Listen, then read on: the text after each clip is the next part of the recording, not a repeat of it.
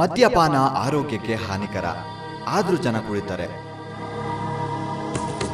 Cigarette ಸೇವನೆ ಅಪಾಯ, ಮನುಷ್ಯ ಸತ್ತೋಗ್ತಾನೆ ಅಂತಾರೆ, ಆದ್ರೂ ಸೇರ್ತಾರೆ.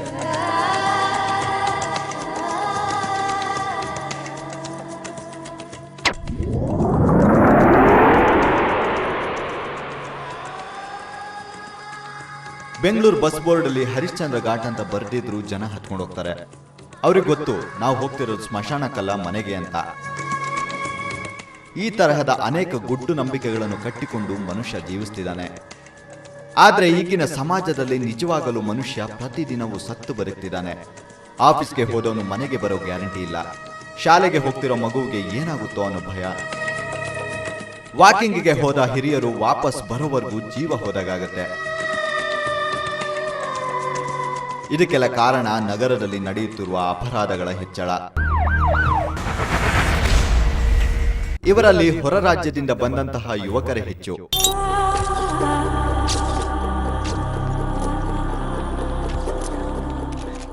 ಯಾಕೆಂದರೆ ಮನೆ ಬಿಟ್ಟು ಬಂದ ಅನೇಕರಿಗೆ ಬೆಂಗಳೂರು ಉದ್ಯೋಗ ಕೊಡಲು ಸಾಧ್ಯನೇ ಇಲ್ಲ.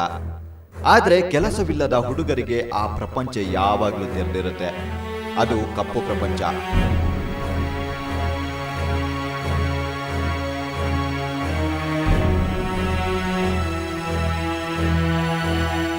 ದೋ ನಂಬರ್ ದಂಧೆಗಳೇ ಹೆಚ್ಚಾಗಿರುವ ಈ ಪ್ರಪಂಚದಲ್ಲಿ ನಮ್ಮ ಪ್ರಜ್ಞಾವಂತ ನಾಗರಿಕರೇ ಟಾರ್ಗೆಟ್. ಪಿಕ್ ಪಾಕೆಟಿಂಗ್, ದರೋಡೆ, ಪ್ರತಿಷ್ಠಿತ ಕಂಪನಿಗಳ ವಸ್ತುಗಳನ್ನು ಡೂಪ್ಲಿಕೇಟ್ ಮಾಡುವುದು, ಮಾಂಸ ದಂಧೆಗಳನ್ನು ನಡೆಸುವುದು, ಪುಡಿಗಾಸಿಗಾಗಿ 302, 307ಗಳನ್ನು ಮಾಡುವುದು, ಇಂತಹ ಅನೇಕ ಸಮಾಜ ವಿರೋಧಿ ಕೆಲಸದಲ್ಲಿ ನಿರುದ್ಯೋಗಿಗಳೇ ಹೆಚ್ಚು.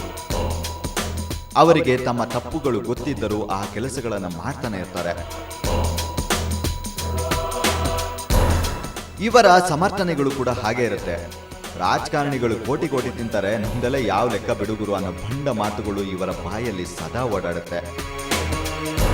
ಇವರಿಗೆ ಗೊತ್ತಿರ್ಲಿಕ್ಕಿಲ್ಲ ಇವರ ತಲೆಯ ಮೇಲೆ ಪೊಲೀಸ್ ಎಂಬ ತೂಗುಗತ್ತಿ, ಸೆರೆಮನೆ ಎಂಬ ನರಕ ಕಾಯ್ತಾ ಇರುತ್ತೆ ಅಂತ. ಅದು ಗಂಡು ಮೆಟ್ಟಿದ ನಾಡು ಹುಬ್ಬಳ್ಳಿ.